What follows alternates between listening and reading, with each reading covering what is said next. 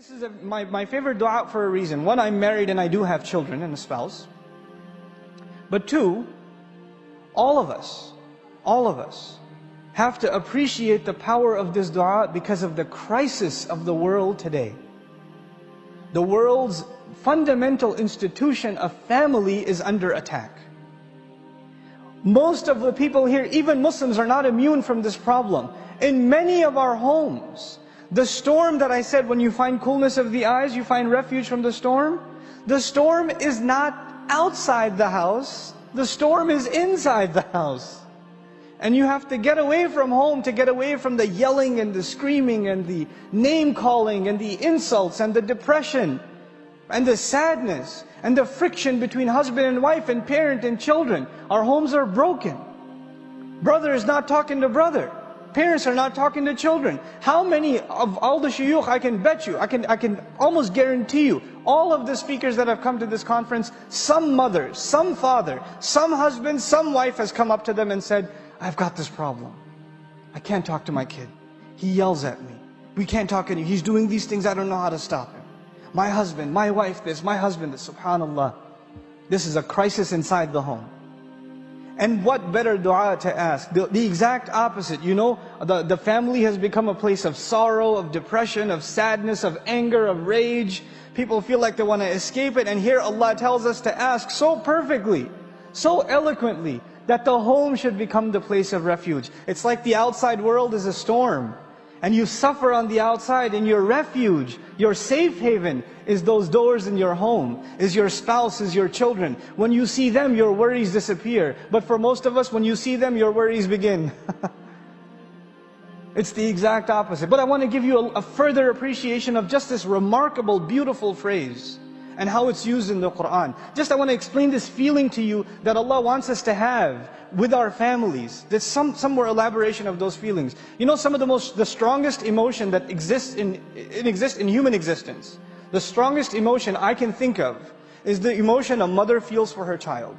It is the strongest bond. Many of you in the audience are married, and when you're first married, you're obsessed with the husband, you're obsessed with the wife. You are so awesome.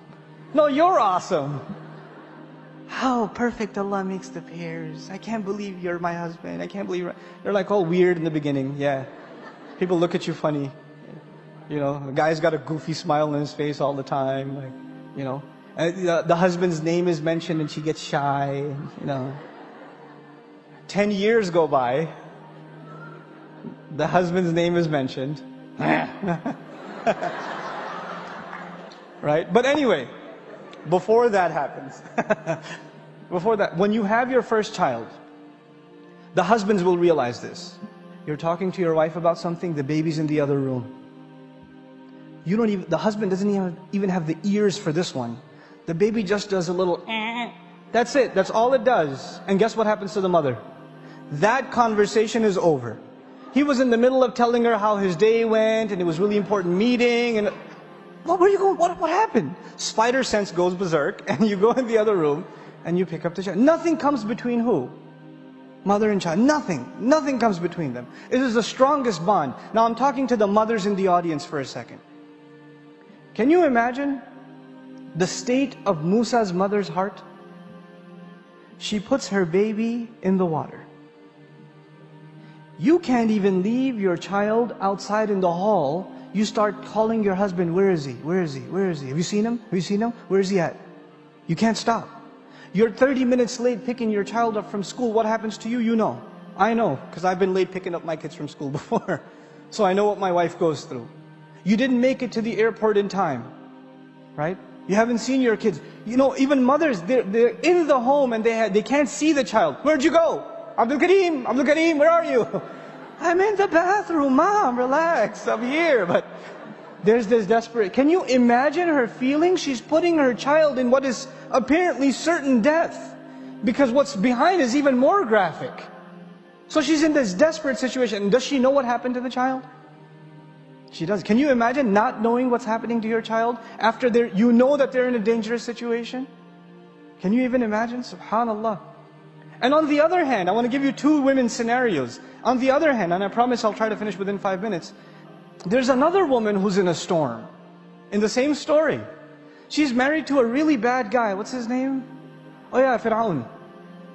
And you know, sometimes women are in a difficult domestic situation, and usually in a society like ours, you can call the domestic hotline, you can call the cops if there's abuse, whatever. Now, we don't know if there's physical abuse, but the Quran certainly indicates psychological abuse. So much so that she has to ask for rescue, right? She's in this terrible marriage, and she can't even call the cops. Well, why not? Because he owns the cops.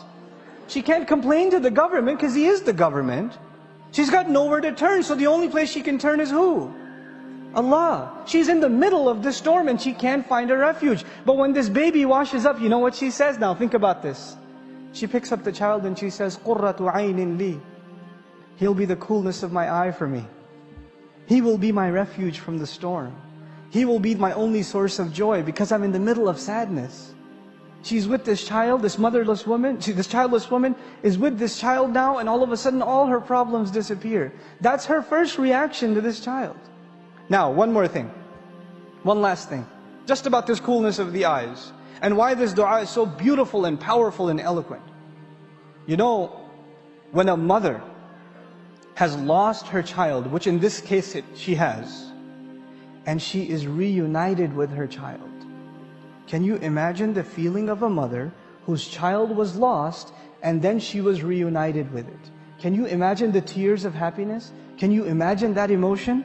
Now understand how Allah describes that emotion. Allah tells His favor to Musa alayhi salam. He says, فَرَجَعْنَاكَ إِلَىٰ أُمِّكَ كَيْ تَقَرَّ عَيْنُهَا وَلَا تَحْزَنْ. So we returned you to your mother, so her eyes could become cool. So her eyes would, Allah is describing the most amazing joy, the most amazing relief, the most indescribable feeling in the heart of a mother. And what expression does He use? The coolness of the eyes. And so we ask Allah, give us from our spouses and our children coolness of eyes. That's what we ask Allah. When somebody said, I want to get married, go further. Not just get married, I want to get married to a spouse that will cool my eyes. That I'll be the coolness of their eyes and they'll be the coolness of mine. وَمَنْ تَابَ وَعَمِلَ صَالِحًا فَإِنَّهُ يَتُوبُ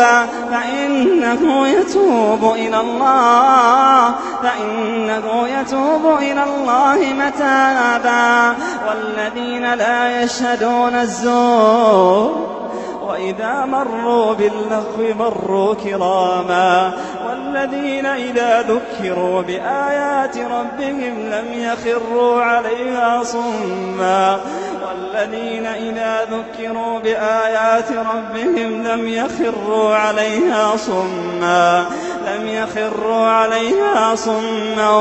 وعميانا والذين يقولون ربنا هب لنا من أزواجنا وذرياتنا قرة أعين والذين يقولون ربنا هب لنا من أزواجنا وذرياتنا قرة أعين واجعلنا للمتقين إماما أولئك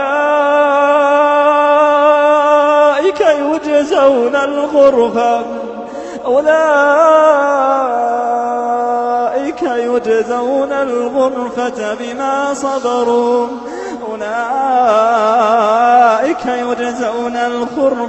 بما صبروا ويلقون فيها تحية وسلاما.